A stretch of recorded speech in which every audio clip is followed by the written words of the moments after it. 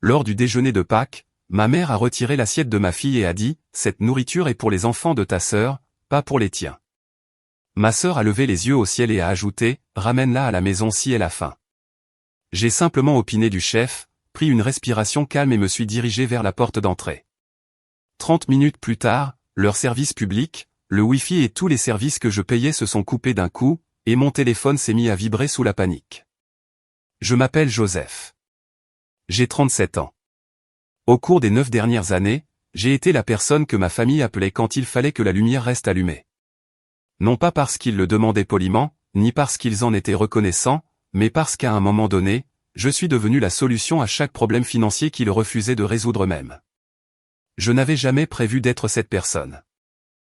Quand j'avais 22 ans, fraîchement diplômé en ingénierie avec mon premier vrai salaire, mon père m'a appelé un mardi après-midi. Sa voix semblait fatiguée. Il m'a dit que la compagnie d'électricité avait envoyé un dernier avis de fermeture. Il a dit qu'ils avaient juste besoin d'aide pour cette fois-là. J'ai envoyé l'argent le jour même.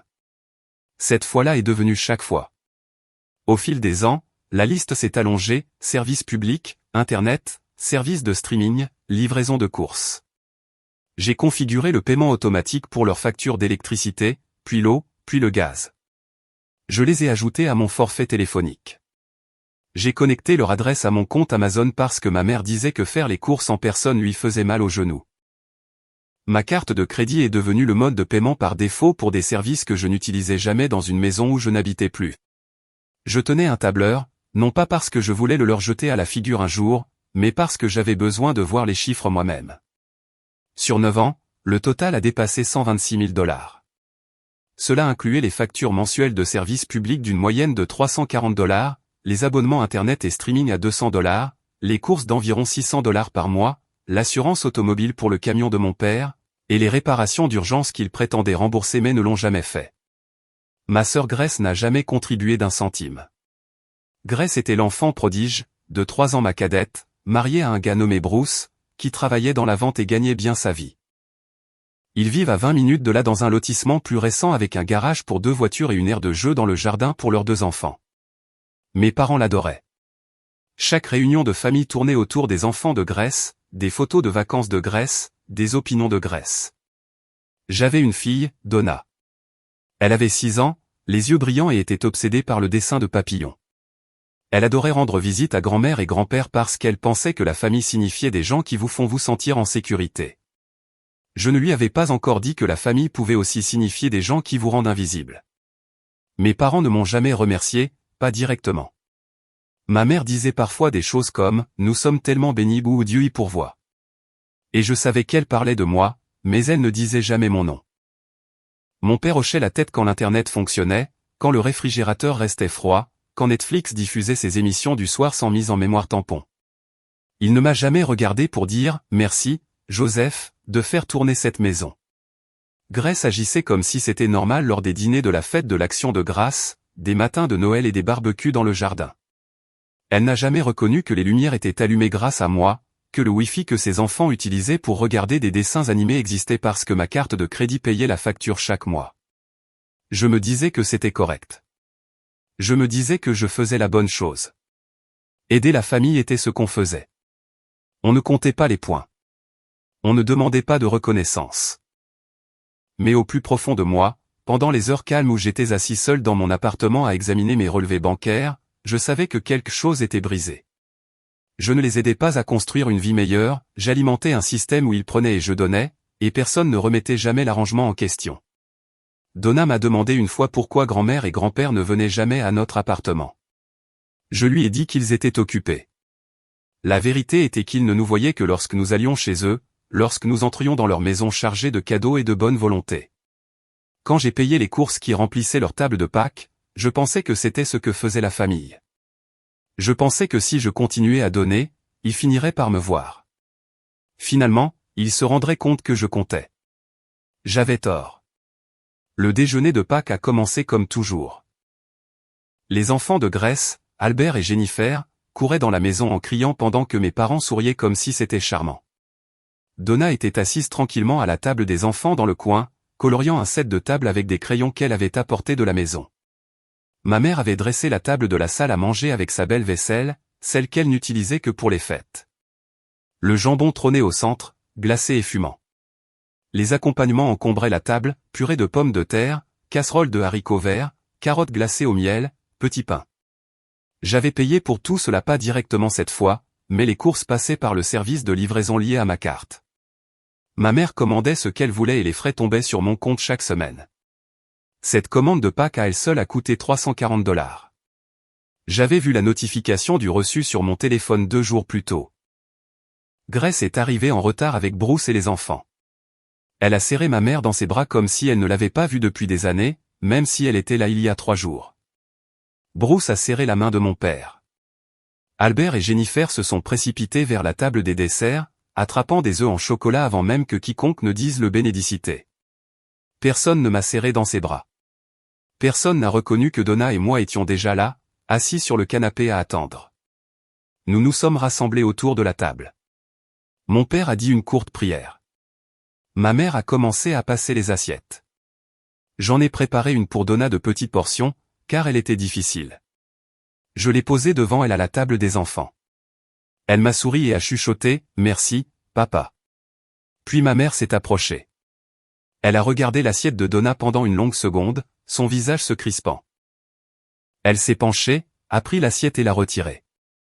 Le sourire de Donna a disparu. La voix de ma mère était calme, presque désinvolte, « Cette nourriture est pour les enfants de ta sœur, pas pour les tiens ». Le silence s'est fait dans la pièce, à l'exception du raclement de l'assiette contre la table lorsque ma mère l'a posée devant Albert. Je l'ai regardé fixement. Mon cœur battait dans ma poitrine, mais ma voix s'est étranglée dans ma gorge. Grace s'est penchée en arrière sur sa chaise, les bras croisés. Elle a levé les yeux au ciel et m'a regardé comme si je lui faisais perdre son temps. Ramène-la à la maison si elle a faim. Donna m'a regardé, confuse. Sa lèvre inférieure a commencé à trembler. Je n'ai pas discuté. Je n'ai pas crié. Je n'ai pas exigé d'explication. J'ai simplement opiné du chef. J'ai pris une respiration calme, celle que l'on prend quand on réalise que quelque chose est brisé au-delà de toute réparation. Je me suis levé lentement. J'ai aidé Donna à mettre son manteau, le violet avec l'écusson papillon sur la manche. Elle m'a demandé d'une petite voix si nous pouvions manger à la maison, et je lui ai dit « Oui, ma chérie. Nous partons maintenant. » Mon père a levé les yeux de son assiette. Grace a eu un sourire narquois.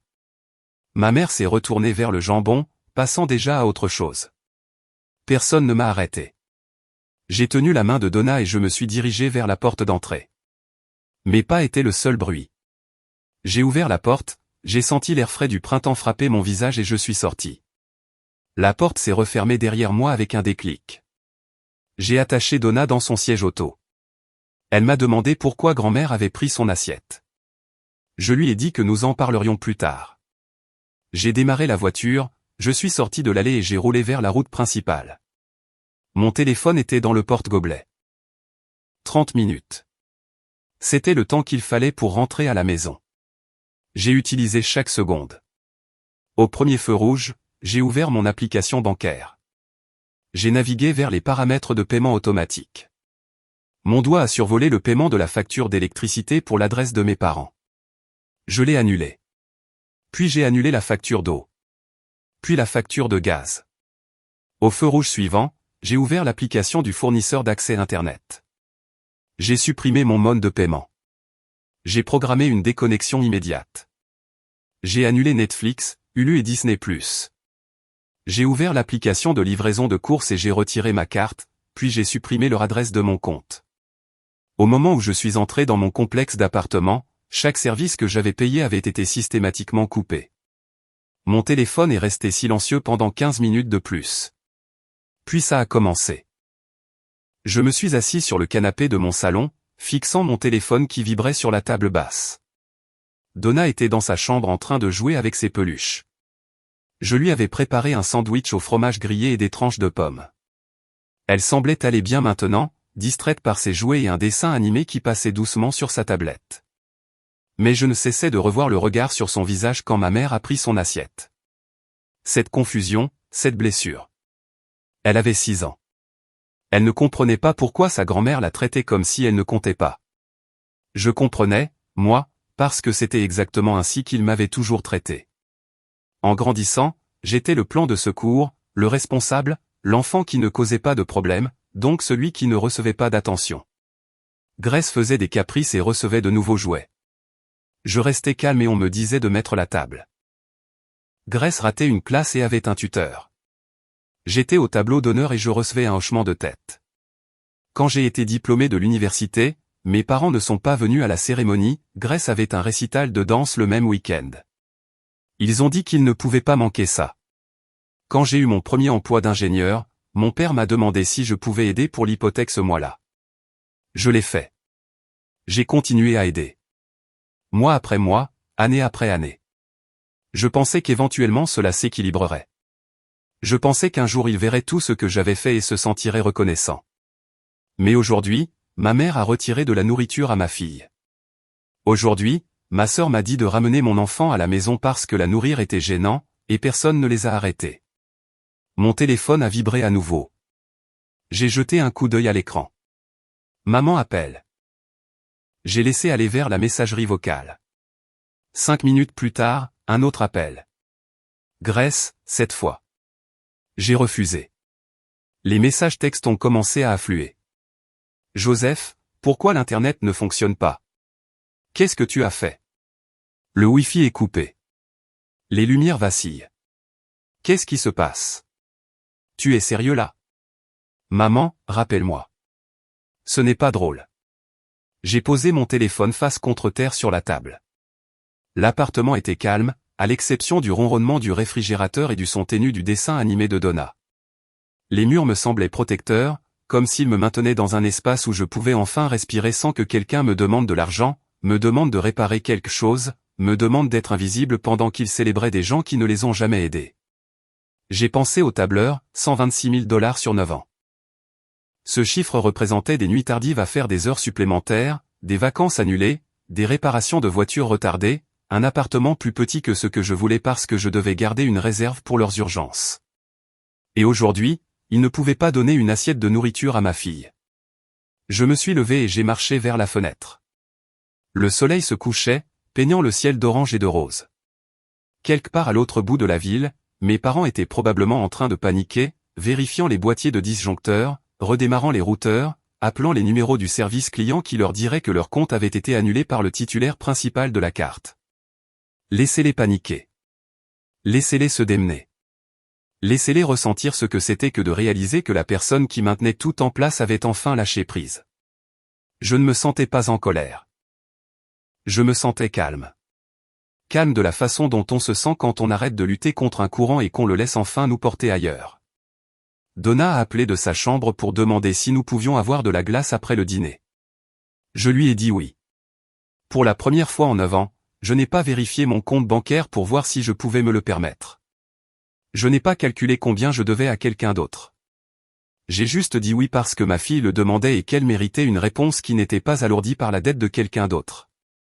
Mon téléphone a vibré 14 fois de plus avant que je ne l'éteigne complètement. Je n'ai pas été témoin de ce qui s'est passé ensuite, mais j'ai reconstitué les faits plus tard à partir des messages vocaux, des textos frénétiques et de la seule conversation que j'ai fini par avoir avec mon père 3 jours plus tard. Voici ce que je sais, vers 16h30, 45 minutes après mon départ de chez eux, ma mère a remarqué que l'Internet ne fonctionnait plus. Elle essayait de charger une recette sur sa tablette. Le symbole Wi-Fi n'affichait aucune connexion.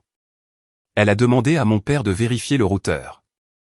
Il est allé au placard technique, l'a débranché, l'a rebranché. Rien. Il a appelé le fournisseur d'accès.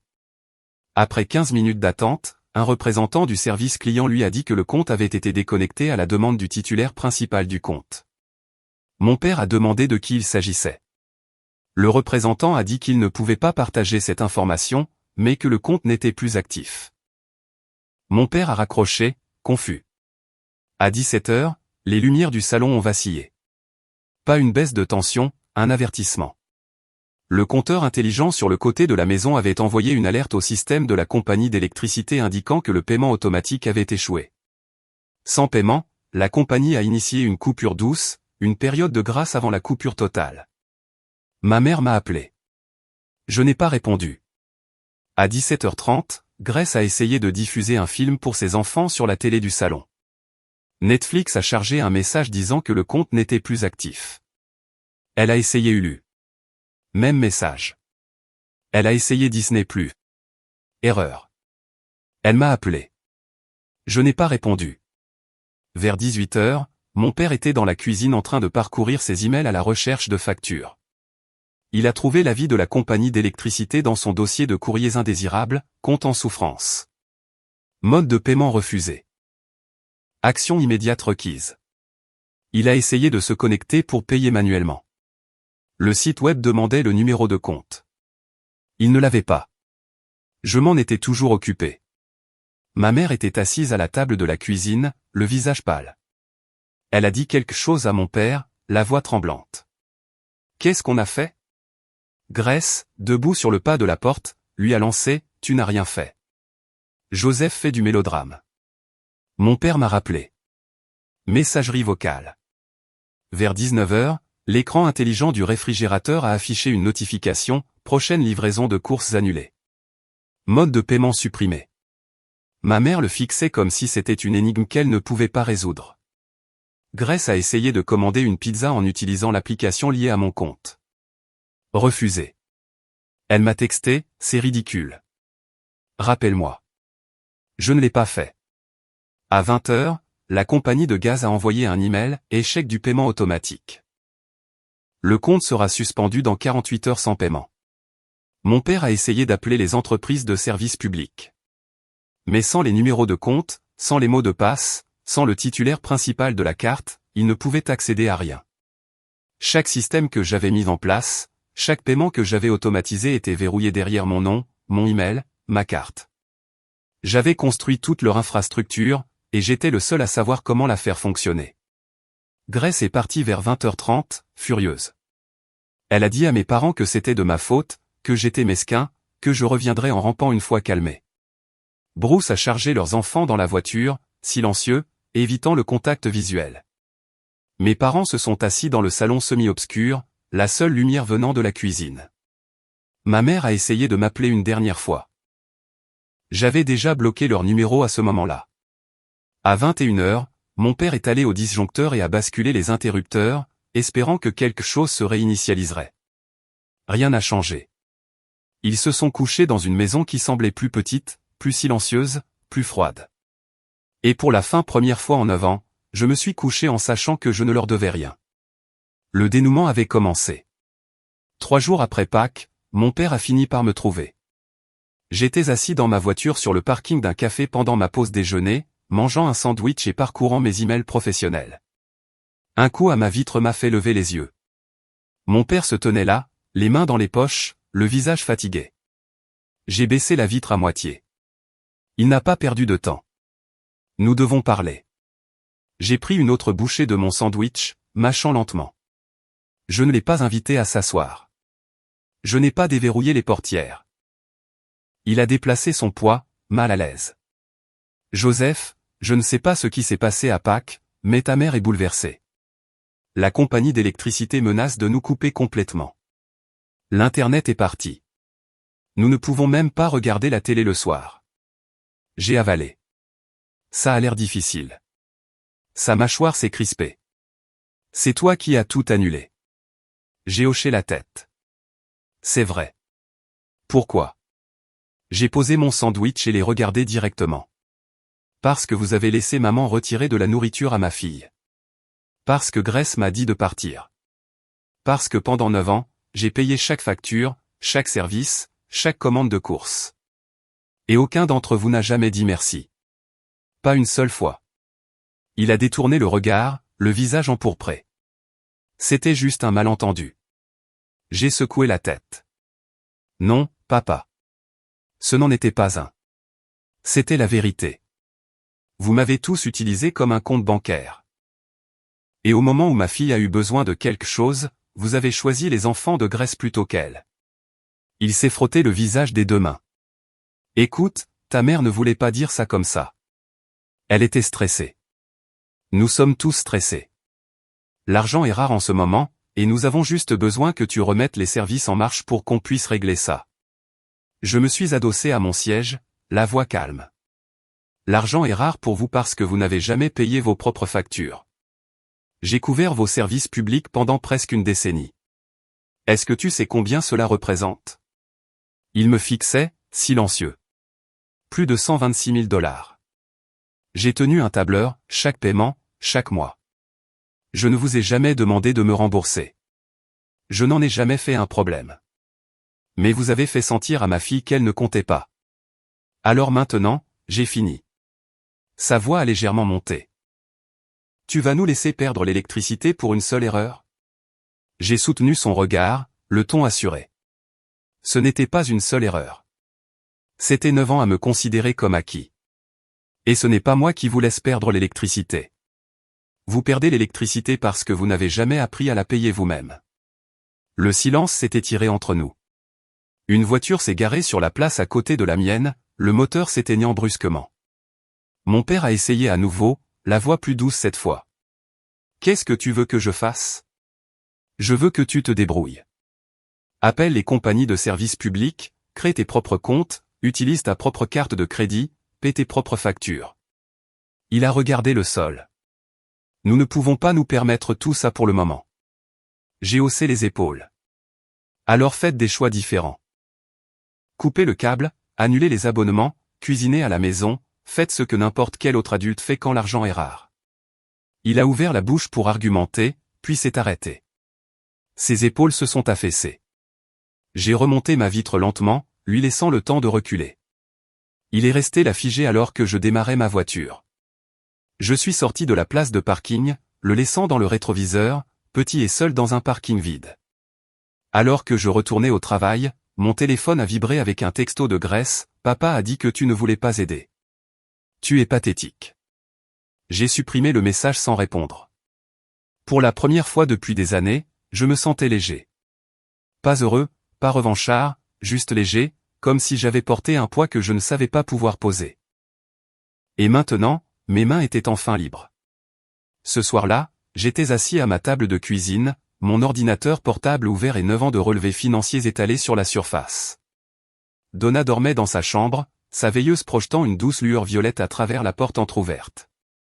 Je construisais quelque chose, non pas par vengeance, ni pour leur faire du mal, mais pour me protéger car je savais ce qui allait arriver. Je savais que mes parents n'arrêteraient pas d'appeler. Je savais que Grèce irait plus loin. Je savais qu'éventuellement ils transformeraient cela en une histoire où j'étais le méchant, le fils ingrat qui a abandonné sa famille pour un malentendu. J'avais donc besoin de preuves. J'ai ouvert mon tableur, celui que je tenais depuis le premier paiement. Il était organisé par année, par catégorie, par service. Chaque ligne représentait une transaction. Chaque colonne montrait le montant, la date, le nom du compte. Année 1, 11 340 $. Année 2, 12 190 $. Année 3, 13 200 $. Les chiffres grimpaient régulièrement. Certaines années étaient plus élevées à cause d'urgence, un chauffe-eau cassé que j'ai payé pour remplacer, une réparation de voiture que mon père avait dit vouloir gérer mais ne l'a jamais fait, une facture d'hôpital que ma mère prétendait couverte par l'assurance jusqu'à ce que l'avis de recouvrement arrive dans ma boîte aux lettres. J'ai exporté le tableur en PDF 32 pages. Ensuite, je me suis connecté à mon compte bancaire et j'ai téléchargé les relevés.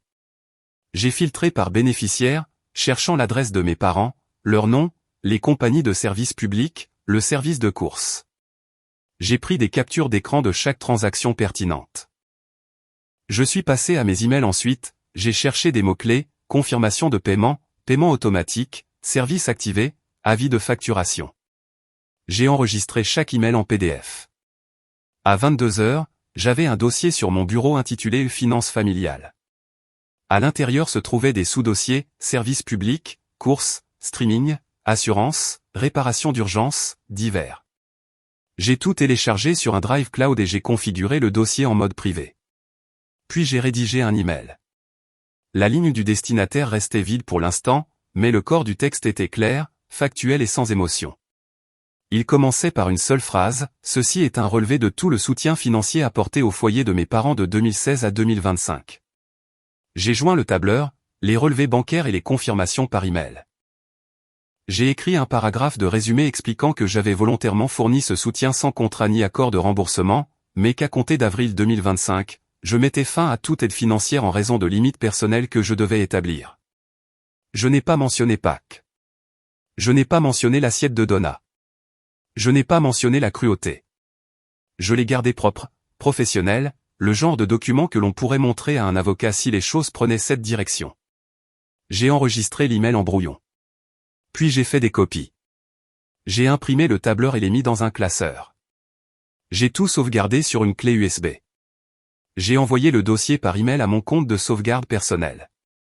S'ils essayaient de prétendre que je leur devais de l'argent, j'avais la preuve que j'avais déjà donné plus qu'assez. S'ils essayaient de me faire culpabiliser publiquement, j'avais des dossiers montrant des années de dépendance financière qu'ils n'avaient jamais reconnues. S'ils essayaient de dire que je les avais abandonnés, j'avais la preuve du moment exact où je m'étais éloigné et pourquoi. À 23 heures, mon téléphone a vibré. Maman, s'il te plaît, appelle-moi. Nous avons besoin de ton aide. Je t'en supplie. J'ai regardé le message pendant un long moment. Une partie de moi voulait répondre. Une partie de moi voulait tout expliquer, lui dire exactement tout ce que j'avais sacrifié, lui faire voir ce qu'elle avait fait. Mais je savais que cela n'aurait aucune importance. Les gens qui refusent de vous voir quand vous êtes debout devant eux ne vous verront pas soudainement quand vous êtes parti. J'ai éteint mon téléphone et fermé mon ordinateur. L'appartement semblait immobile comme l'air avant une tempête. Demain, le courant serait coupé complètement chez eux.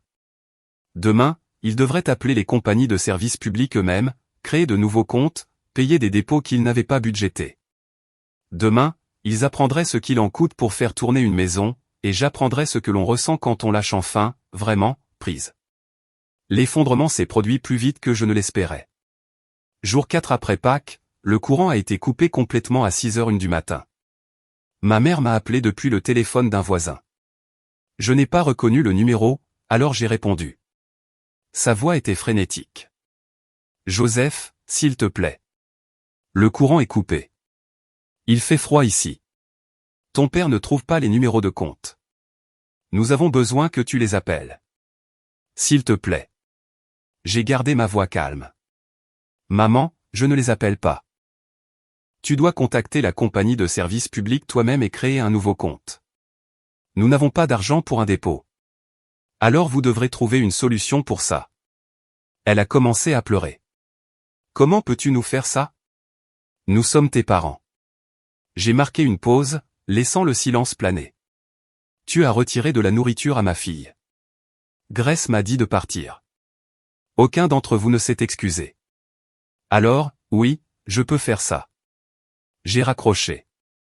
Au 5e jour, Grace était furieuse. Elle s'est présentée à mon appartement sans prévenir, frappant à la porte. J'ai regardé par le Judas et je l'ai vue debout, les bras croisés, le visage rouge. Je n'ai pas ouvert la porte. Elle a crié à travers, « Tu es en train de ruiner leur vie pour une stupide assiette de nourriture. » Grandis, Joseph. Je suis resté silencieux.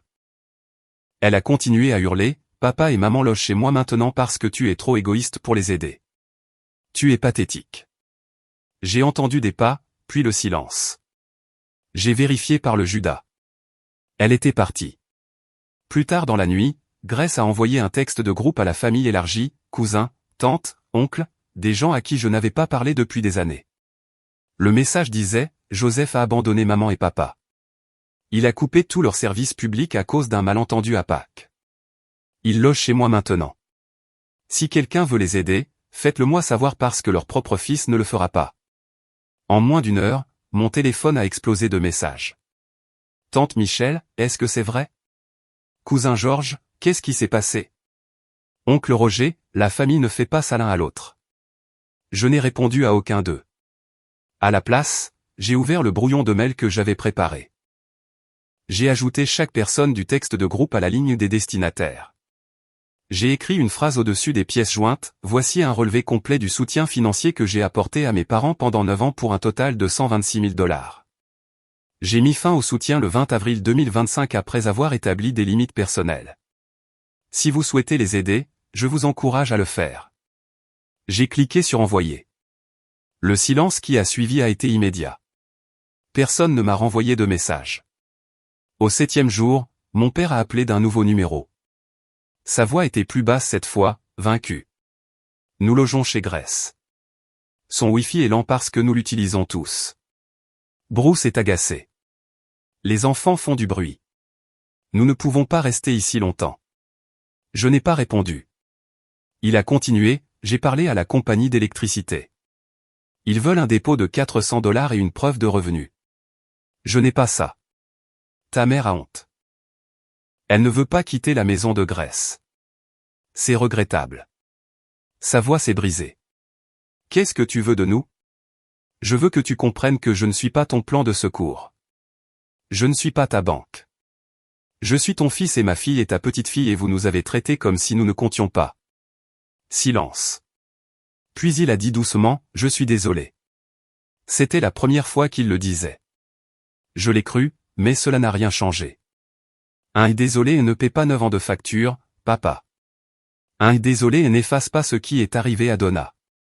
Il a raccroché. À la fin de la 2e semaine, j'ai eu des nouvelles de ma mère une dernière fois.